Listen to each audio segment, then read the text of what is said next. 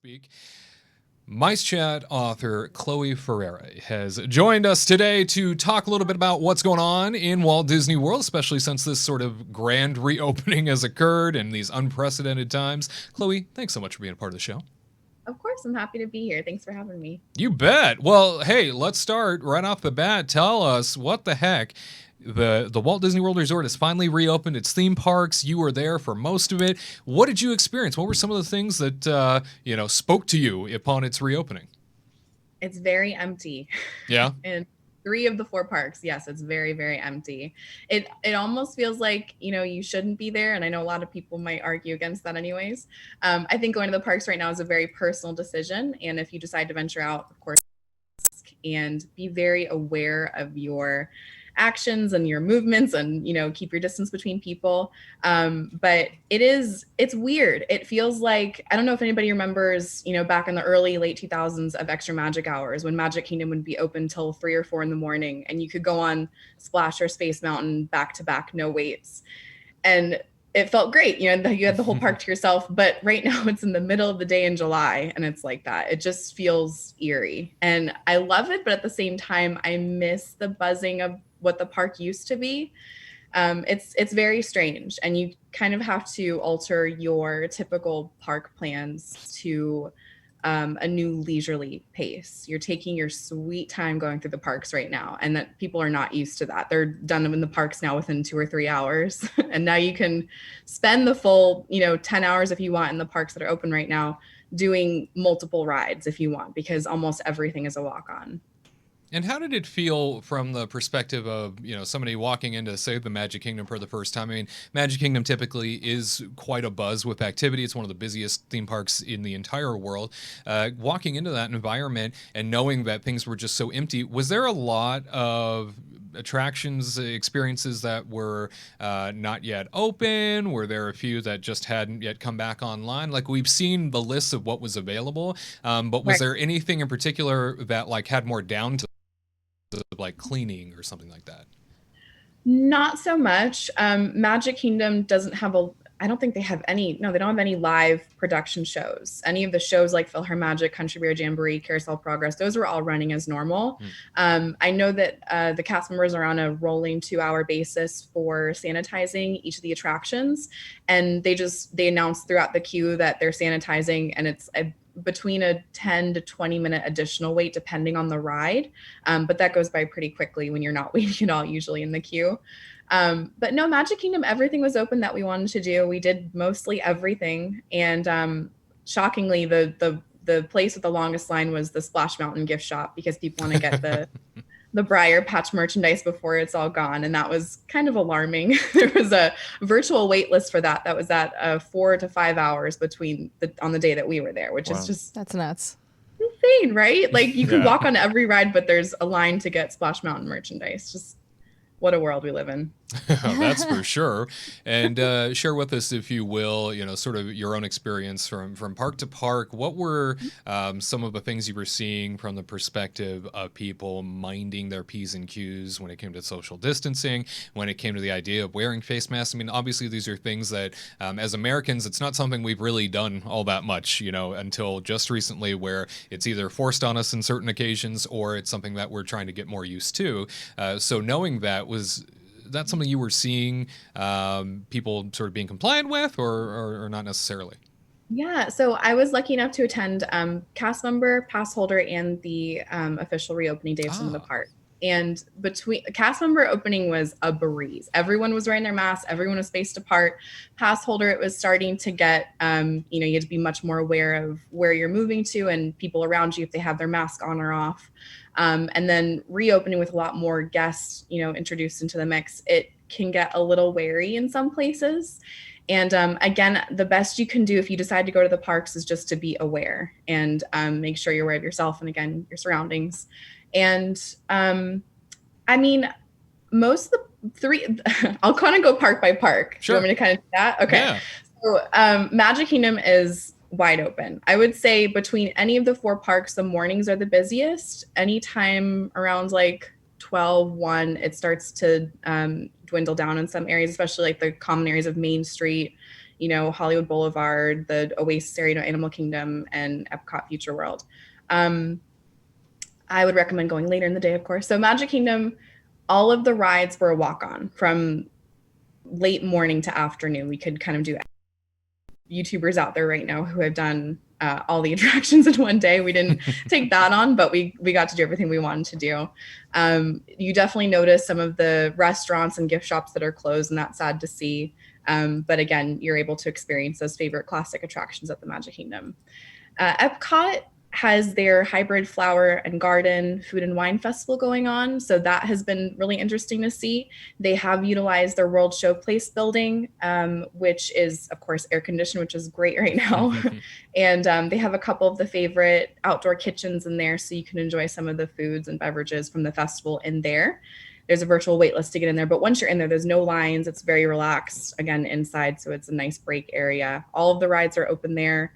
Of course, except Ratatouille, we're waiting for the opening for that one day soon, hopefully. The Skyliner's running, so you can go over to the Riviera, I guess, if you'd like. Of course, there's no park hopping right now, but one day soon, maybe. Yeah. And then Hollywood Studios, I would say, is on the bottom of my list, just because that park holds 5 of the latest attractions to open on Walt Disney World property. You have all of Toy Story Land, Star Wars Land, and now Runaway Railway, which are all big crowd pleasers, of course, but with the virtual queue system for Rise of Resistance mixed in with everybody not yet experiencing Runaway Railway since the park closed shortly after its opening, it's very busy in a lot of areas in that park. I would recommend, if you do decide to go to Hollywood Studios, to go later in the day, like after 2 or 3 p.m. It started to clear out. The Rise of Resistance virtual queue is working pretty well. I believe they just changed it to 2 times instead of 3. But I did not have very good luck on the first 2 times of the 3. I finally got a backup group at a 1 or the 4 p.m. Opening, and now they're open from 10 a.m. and then the 2 p.m. So hopefully people can still get on. But mixed with, you combine Rise of Resistance virtual queue, the Runaway Railway opening, and then the small area that already is Toy Story Land. And we found a lot of people just occupying smaller pockets of the park for all the new attractions. And Epcot, Animal Kingdom, Magic Kingdom, they all have, they have some tight areas, but mostly they have wide open spaces for people to walk. So it's a lot easier for you to keep your distance and stay safe. So Hollywood Studios, I would just put on the back of the list if you're deciding to venture into the parks. And then the only other thing, this is kind of a weird recommendation for Hollywood Studios, is Runaway Railway's pre-show, which is actually a large part of the story, is closed off. It's not closed off, it's just turned off, and you're just walking through to get onto the ride vehicle, which actually cuts out a lot of the theming in the story, like the setup for the story. And if you can wait, I would wait to ride Runaway or experience Runaway Railway when it's back open to its full experience, because right now it's not the typical experience that Disney wanted to enjoy. So if you can hold off on a brand new ride, I know that's asking for a lot, but and then Animal Kingdom is a breeze. That's probably the part that feels the most empty. Everything is a walk-on, including Flight of Passage. Safaris is usually maybe like a 10-minute wait because all the animals are out and it's great to see them again. What was it like riding in the safari with like the new, what was it like riding in the safari with like the new added like plexiglass in between each row? Yeah. So it's I heard it was plexiglass from someone as well, but I just went 3 days ago, and it was a clear vinyl, so it's soft, and you have to keep your mask on, which is fine. And it's pretty enjoyable. I mean, they're only seating 1 party per row, so if you're just a couple, you have the whole row, so you're sitting on each side of the truck, so you get really great views as it is. I think when you're a party of 4 or 5 and you're having to squeeze in the same row, and whoever's in the middle is kind of screwed out of a good view, but for the most part, it's good. Very good. And I was wondering more specifically, like, did it overall, your visits to each of these parks, did it feel safe to you? I think that's a question on everybody's mind. A lot of people are concerned about the idea of visiting Disney in a pandemic, and obviously it's up for debate as to whether or not it was the right thing to do to open up, theme parks right now, and people are going, what the heck's happening? Did you feel safe there? I do feel safe there. I didn't feel safe in certain areas of Hollywood Studios. And when that came, when that happened, we just left for another area. I would have left that park altogether if the entire park felt like that. I have no problem leaving Disney if I at all feel uncomfortable. But for the most part, I'd say like 99% of the time, I do feel safe at the Disney parks. I would like to see a few changes implemented. Those busy areas of Hollywood Studios or even Magic Kingdom sometimes where we could get, recommended walking lanes, even if it's just masking tape on the ground of where people should walk, because you're still getting those 6 or 8 walking all together as a barrier towards you, and you have to kind of go to the side and let them pass. I hold my breath actually sometimes. But that, and then also I would love to see, I know it's against character integrity, but I'd love to see the face characters wearing themed masks. Yes, and 1000%. I'm with you. Tyler's happy with that. Yeah. it's really disappointing to see that happening. And even like their character handlers are wearing masks, or the horse handlers that are with Gaston and Merida. I feel like it's a missed merchandise opportunity too. They could make, a bunch of themed masks that the princesses are wearing that kids can also, match and wear too. Yeah. I mean, I could see Gaston being that kind of a jerk, but I don't know if I could see like, the princesses and whatnot getting on board with that. Like that just makes me feel like, honestly, I've said it on the show before. I feel like some ignorant person is going to go to guest relations and be like, if Cinderella doesn't have a mask on, why do I have to wear a mask? Like something like that, like. So I'm with you 1000%. You mentioned earlier that Hollywood Studios would be the last park that you would want to go to because it's so crowded. Do you think what contributes to those crowds a little bit is the fact that there's so many live shows there and they're not doing any of those shows, or is that part of it? Yeah. Yeah. And I know the capacity is really cut back, but we're really noticing, what kind of people eaters those shows are on the day to day. Indiana Jones, Little Mermaid, and Beauty and the Beast, and of course Fantasmic at night. You definitely notice that it's kind of like the crowds are moving throughout the park all together. Like we noticed, Toy Story Land was busy at one point of the day, and then Galaxy's Edge was, and then Turn, Rock and Roller Coaster, and those shot up to like an hour of a wait. And because there's so few attractions there, it really depends on the overall crowd's movement of where they're going about the park. And honestly, everybody's staying in the park until they have their Rise of Resistance boarding group. Once they get on the ride, they leave the park. There's nothing else to do at that point. So, I mean, I went to the best part about studios right now is they're utilizing Star Wars Launch Bay as a relaxation station where you can remove your mask for a little while and air conditioning, which is heaven. And it was also weird because there's no music, no sound effects, and it's just weird being in that building with nothing else going on. But I sat there for a good 2 hours waiting for my Rise of Resistance boarding group to be called. And every other group that was across the room from me, they were also waiting for their Rise of Resistance group to be called. So it just felt like everybody in the park was just waiting for Rise, and then they'd leave. Wow. Do you feel like there's any sort of big missing piece to the overall Walt Disney World vacation at this point? So obviously, if people are going to be spending a full day's price for, say, half a day's experience, do you think that there are any parks in particular that have just, I mean, you've mentioned Hollywood Studios there being kind of a half day of that, and after you hit up those major new attractions, it's really not worth sticking around for.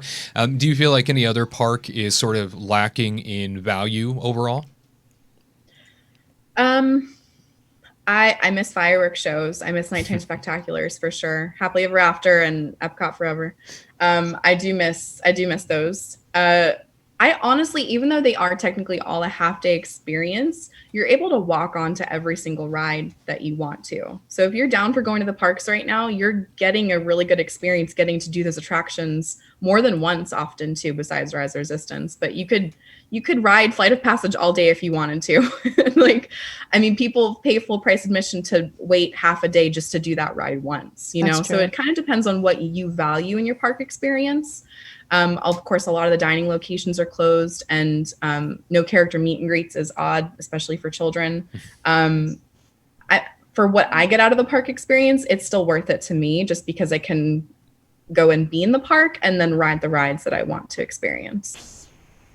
Well, that's a great way to put it. And we so appreciate your insight, having been there and experienced these things. A lot of questions that people have when it comes to, should I, shouldn't I right now? And I think you're absolutely right. It's a very personal decision at this point as to whether or not you visit a place like Orlando. And we look forward, Chloe, to checking in with you again here in the near future, and definitely seeing what else is happening out east as, we still sit tight waiting for Disneyland theme parks to reopen here on this coast. But I am very much looking forward to the day in which we get to see our theme parks reopen here, and maybe we'll be taking a trek out east. Maybe you've made some people a little bit more at ease with your information. We can't thank you enough for that. Of course, my pleasure. Thanks for having me. You betcha. Chloe Ferreira of MiceChat, our favorite author covering everything Walt Disney World. And you can definitely follow her at Carousel of Chloe over on social media. To all who come to this happy place, welcome.